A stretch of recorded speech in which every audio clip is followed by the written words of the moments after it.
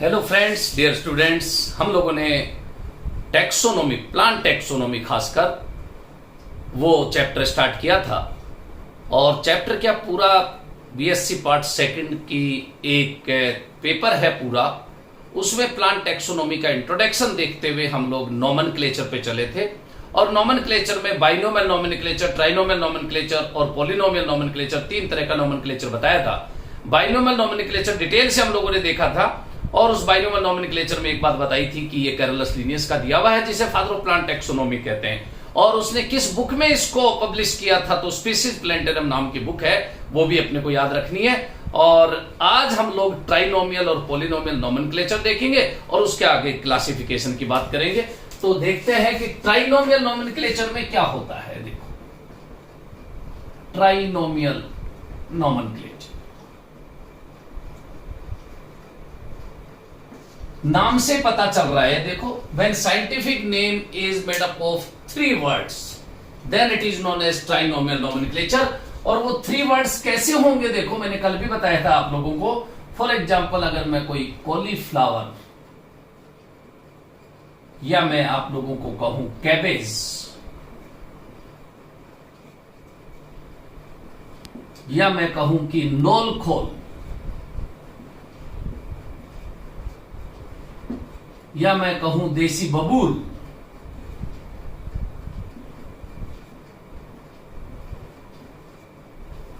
इन सब को मैं देखता हूं तो आप लोग कहोगे कि सब में 3 वर्ड्स आएंगे। कैसे? जैसे कॉलीफ्लावर का मैं साइंटिफिक नेम लिखता हूं ब्रेसिका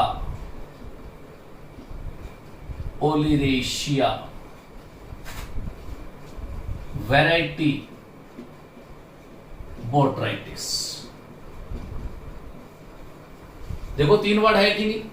ये जेनेरिक नेम, ये स्पेसिफिक एपिथेट, ये सब स्पीसीज और वैरायटी एक ही बात है।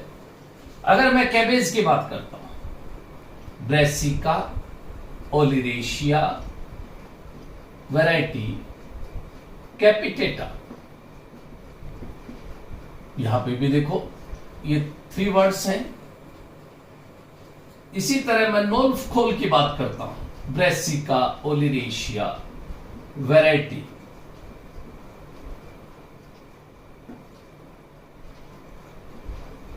कॉलरेपा, या मैं कहूं गोंजिलोड्स,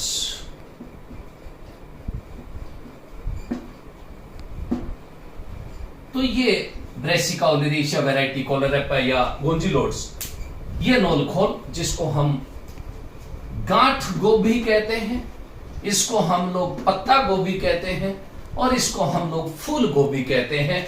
और इसी तरह देसी बबूल कल मैंने आप लोगों को बताई थी, अकेशिया नीलोटिका, नीलोटिका।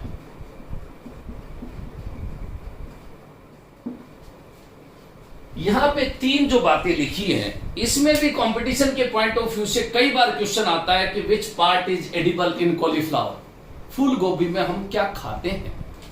तो नाम से आपको वैसे तो पता चल रहा फूल गोभी, लेकिन कभी भी केवल एक इंडिविजुअल फूल नहीं खाते, दैट होल इन्फ्लोरेसेंस।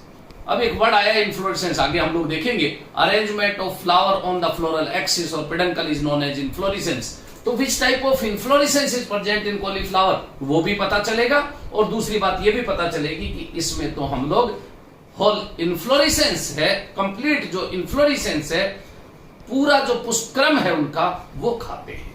और वो कैसा होता है? Compound कोरिम्ब, compound कोरिम्ब type of inflorescence is edible in cauliflower. इसी तरह अगर मैं बात करूं कैबेज में, आप कहोगे इसमें क्या खाते हैं कैबेज में? तो नाम तो है पत्ता गोभी, तो आप यही तो कहोगे लीव्स खाते हैं, पत्ते खाते हैं, लेकिन ऐसा नहीं होता। इस कैबेज में जो हम लोग खाते हैं वो एक वेजिटेटिव बड है, वो एक कायिक कलिका है। और पूरे प्लांट किंगडम में largest vegetative bud is present in that cabbage. पत्ता गोभी में सबसे बड़ी वो कायिक कलिका होती है। तो इसमें एडिबल पार्ट याद रखना, वेजिटेटिव बड हम लोग खाते हैं। ये बात भी क्लियर हो गई।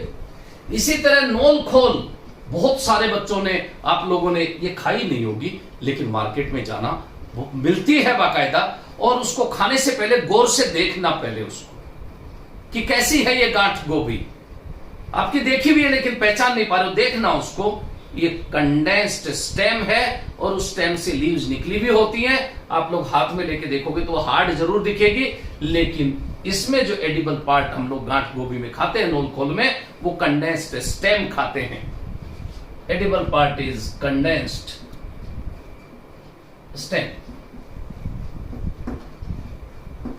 इस तरह से ट्राइनोमियल नोमेनक्लेचर में 3 वर्ड्स होते हैं, और प्लांट्स को हम लोग जब ये नोमेनक्लेचर करते हैं, किसी भी प्लांट का साइंटिफिक नेम देते हैं, तो वैसे तो मोस्ट कॉमन बाइनोमियल है, लेकिन कभी कभी ये 3 वर्ड्स आते हैं तो उसको ट्राइनोमियल नोमेनक्लेचर कहते हैं। लास्ट एक और, जिसको हम पॉलिनोमियल नोमेनक्लेचर नाम देते हैं। पॉलिनोमियल नोमेनक्लेचर,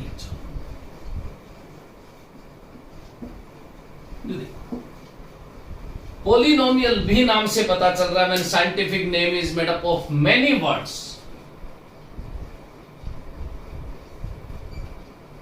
बहुत सारे शब्दों से मिलकर बना होता है किसी भी ऑर्गेनिज्म का नाम, तो उसको हम पॉलिनोमियल कहते हैं। इनिशियली जब प्लांट्स की डिस्कवरी बहुत कम थी, बहुत कम डिस्कवर्ड प्लांट्स थे, तो उनके नाम बहुत बड़े बड़े होते थे, बहुत लंबे लंबे होते थे, कई वर्ड्स से मिलकर बने होते थे, और कई बार तो इतने बड़े होते थे कि कोई दूसरे कंट्री का कोई भी आदमी उस प्लांट तक पहुंच जाए, उसमें सारी डिटेल होती थी। फॉर एग्जाम्पल मैं कहूं कि अजमेर में पुष्कर के पास एक बैजनाथ जगह है, बहुत अच्छा पिकनिक स्पॉट है, और वहां पे एक फर्स्ट पॉन्ड है, उस पॉन्ड के पास एक ट्री, और ट्री के नीचे एक पिंक कलर वाला फ्लावर है, वाला प्लांट है। तो मैंने उस फ्लावर के करेक्टर सारे लिख दिए। मैंने कह दिया कि ये एक ग्रेमिनी के जैसा है, मैंने कह दिया ये लीफी है, मैंने कह दिया इसमें पिंक कलर के फ्लावर है, ये एक हर्ब है, सारे करेक्टर मैंने उसमें डाल दिए। फिर लास्ट में मैंने कह दिया बैजनाथ, पुष्कर, राजस्थान, और अजमेर, राजस्थान, इंडिया। अब वो कोई भी किसी भी कंट्री का आदमी इंडिया में आके, राजस्थान में आके, पुष्कर में जाके बैजनाथ चला जाएगा, वहां पे पॉन्ड भी लिख दिया, उस ट्री के पास नीचे उस हर्ब पिंक वाले फ्लावर तक पहुंच जाएगा। इस तरह से बहुत लंबे नाम होते थे, वर्ड्स बहुत सारे होते थे, बहुत मुश्किल था उनको लर्न करना। इसलिए आज हम लोग देखते हैं, लेटेस्ट हम लोग नोमेनक्लेचर देखते हैं 2 वर्ड्स का बना होता है। तो इस तरह से अगर मैं एक एग्जांपल लेकर आपको बताऊं कैरियोफिलम का, देखो कैरियोफिलम,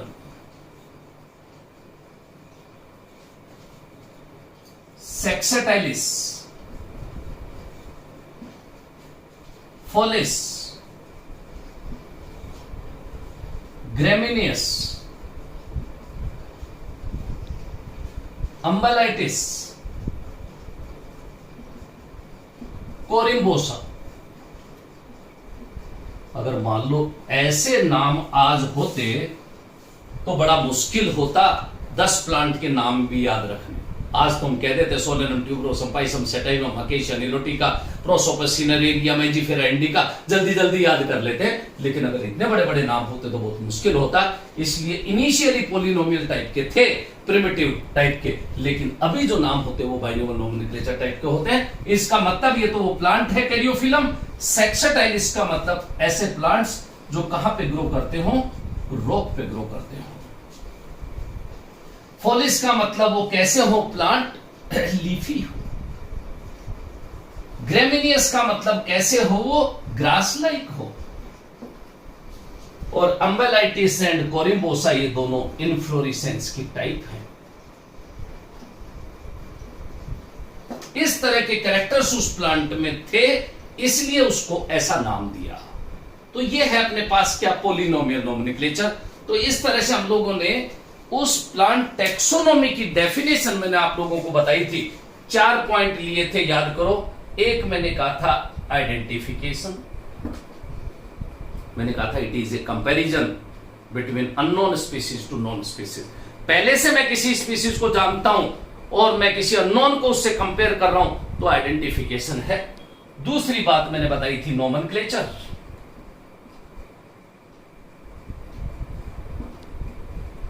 international code of botanical nomenclature के अकॉर्डिंग रूल्स बना के प्लांट्स को नेमिंग करना, साइंटिफिक नेम देना, नोमेनक्लेचर डिटेल से हम लोगों ने डिस्कस किया अभी, बाइनोमियल, ट्राइनोमियल, पॉलिनोमियल।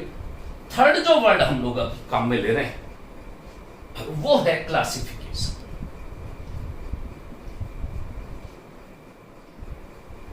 एक चीज और बता दूं, कई बार आप लोगों के क्वेश्चन आता है, राइट द एम्स और ऑब्जेक्टिव्स ऑफ प्लांट टैक्सोनॉमी। तो याद रखना, जो डेफिनेशन में हम लोग ये पॉइंट दे रहे हैं, ये पॉइंट उसके ऑब्जेक्टिव ही है, ये उसके एम्स ही है कि प्लांट को आइडेंटिफाई करना, प्लांट को साइंटिफिक नेम देना, प्लांट को अरेंज करना, उसकी सिस्टमेटिक पोजीशन के अकॉर्डिंग इवोल्यूशन के पॉइंट ऑफ व्यू से अरेंज करना, और उसका फोर्थ पॉइंट डॉक्यूमेंटेशन आप लोग देखेंगे। डॉक्यूमेंटेशन का मतलब भी मैं आप लोगों को बताऊंगा कि क्या है वो प्लांट का इलस्ट्रेशन है, प्लांट का प्रिजर्वेशन है, और उन चीजों को हम लोग डॉक्यूमेंटेशन, वो एम है कि आप आइडेंटिफाई करो, उसको नाम दो, उसको अरेंज करो, फिर उसको प्रिजर्व करो। वो सारे ऑब्जेक्टिव हैं, एम है प्लांट टैक्सोनॉमी के। तो आज हम लोग बात करेंगे क्लासिफिकेशन की। क्लासिफिकेशन देखिए हम लोग, तो क्लासिफिकेशन के लिए मैंने कहा अगर सिंगल वर्ड में याद करना हो तो बस एक वर्ड याद करो, अरेंजमेंट। क्या मतलब हुआ? The arrangement of plants into different groups on the basis of various important characters. It may be morphological, anatomical, physiological, cytological, genetical etcetera, कोई भी कैरेक्टर हो, उनके बेस पे अगर मैं प्लांट्स को ग्रुप में अरेंज कर दूं तो वो अरेंजमेंट कहलाता है क्लासिफिकेशन। हम लोग क्लास में देखते हैं, जैसे बच्चे बैठे हुए हैं, मैं कहूंगा गर्ल्स आगे बैठेंगी, बॉयज पीछे बैठेंगे, मैं कहूंगा इस रो में छोटे वाले बच्चे बैठेंगे, इधर बड़े वाले बच्चे, ये मैं अरेंज कर रहा हूं उसको, तो that arrangement is known as classification. तो एक तो अपने को इसकी डेफिनेशन आनी चाहिए, क्या? The arrangement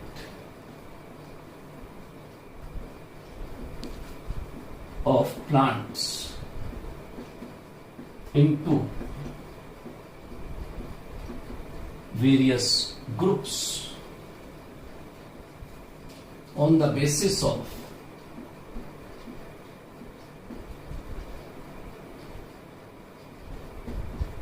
different characters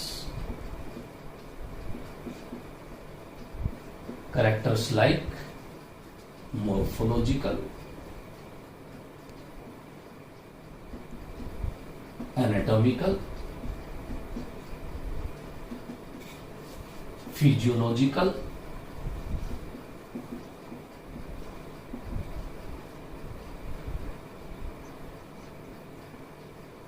cytological, genetical etcetera. मतलब किसी भी कैरेक्टर के बेस पे अगर मैं उनको ग्रुप्स में अरेंज कर रहा हूं तो क्लासिफिकेशन कहलाता है। एक बात तो ये चीज क्लियर हो गई, ये सारी टर्म्स आप लोगों को आनी चाहिए कि मॉर्फोलॉजिकल एक्सटर्नल अपीयरेंस देख के, रूट कैसी दिख रही है, स्टेम कैसा है, लीव्स कैसा है, फ्लावर कैसा है, एक्सटर्नल अपीयरेंस देख के, एनाटॉमिकल उसकी इंटरनल स्ट्रक्चर देख के हम लोग आइडेंटिफाई करने की कोशिश कर रहे हैं और ग्रुप्स में डिवाइड कर रहे हैं। उसकी फंक्शनल एक्टिविटी देख के, वाइटल एक्टिविटीज देख के हम लोग अरेंज कर रहे हैं। उसकी सेल की स्ट्रक्चर, सेल ऑर्गेनेल्स, कंपोजिशन देख के कर रहे हैं, या उसकी जेनेटिक कॉन्स्टिट्यूशन देख के अगर उनको हम लोग ग्रुप्स में डिवाइड कर रहे हैं, अरेंज कर रहे हैं, दैट इज द क्लासिफिकेशन। अब जैसे क्लासिफिकेशन अपने को पता चल गया तो एक वर्ड आता है टैक्सोनॉमिकल कैटेगरीज। ये क्या चीज है? Taxonomical categories, various categories used to classify plants into different groups are known as taxonomical categories। ये डेफिनेशन भी अपने को आ गई है, देखो, various categories कैसी, कौन है कैटेगरीज? यही कैटेगरीज, स्पीसीज हुई, जीनस हुआ, फैमिली हुई, ऑर्डर हुआ, क्लास हुई, डिवीजन हुआ, किंगडम हुआ, ये कैटेगरीज है। Various categories used to classify plants into different groups। उसको कहते हैं हम क्लासिफिकेशन, लेकिन इन कैटेगरीज को जो मैंने कहा सबको जो यूज में लेते हैं, इनको अरेंज करने के लिए ग्रुप्स में, उनको हम लोग टेक्सोनॉमिकल कैटेगरीज कहते हैं। ये बात भी क्लियर हो गई। कोई पूछे कितनी है टेक्सोनॉमिकल कैटेगरीज, ऐसी कोई बात पूछे तो भी कहना 7 taxonomical categories are universal।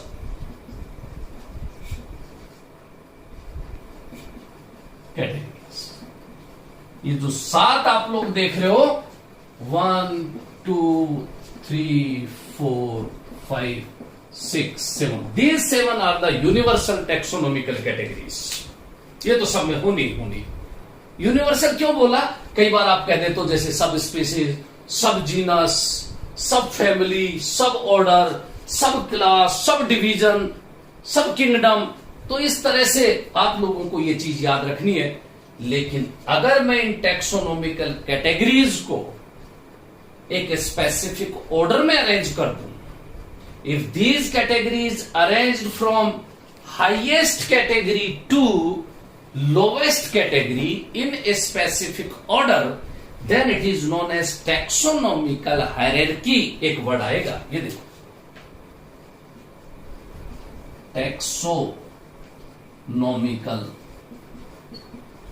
hierarchy। when these taxonomical categories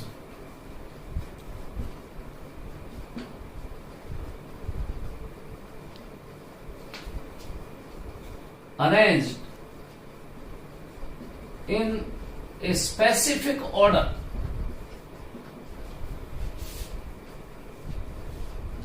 from the highest to lowest category, then it is known as taxonomical hierarchy। Highest to lowest क्यों बोला? क्योंकि हाईएस्ट कैटेगरी प्लांट को आइडेंटिफाई करना बहुत आसान है, क्योंकि जब हम लोग higher category to lower category आएंगे ना, तो सिमिलरिटीज बढ़ती जाती है, लेकिन लोअर कैटेगरी से हम किंगडम तक जाते हैं तो डिसिमिलरिटीज बढ़ती जाती है।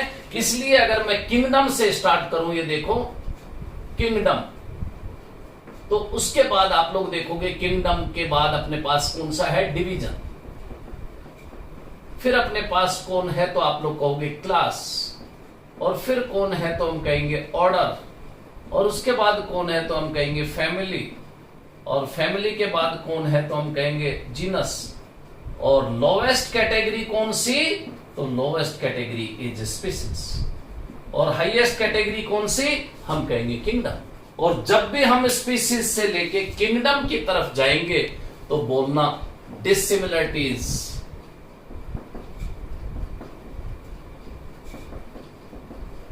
ये तो इंक्रीज होती है, लेकिन अगर मैं किंगडम से स्पीसीज की तरफ आता हूं तो सिमिलरिटीज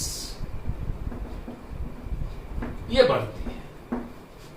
तो सिमिलरिटीज इंक्रीज होती है और डिसिमिलरिटीज याद रखना नीचे आएंगे तो डिक्रीज होंगी, ऊपर आएंगे तो डिसिमिलरिटीज बढ़ेंगी, सिमिलरिटीज कम होंगी। इस तरह से आप लोग ये स्पेसिफिक ऑर्डर देख लिए, टेक्सोनोमिकल हायरार्की कहलाती है। अब आप लोगों को स्पीसीज से लेके किंगडम तक याद रखना, किसी भी प्लांट को क्लासिफाई करेंगे ना हम लोगों को, ये क्या कहलाता है? Systematic position of a particular plant.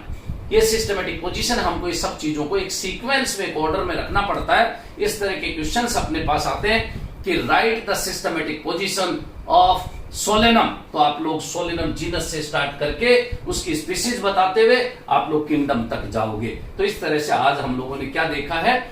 एक ब्रीफ इंट्रोडक्टरी पार्ट क्लासिफिकेशन का देखा है। इसके बाद क्लासिफिकेशन में नेक्स्ट टर्न पे देखेंगे। Thank you.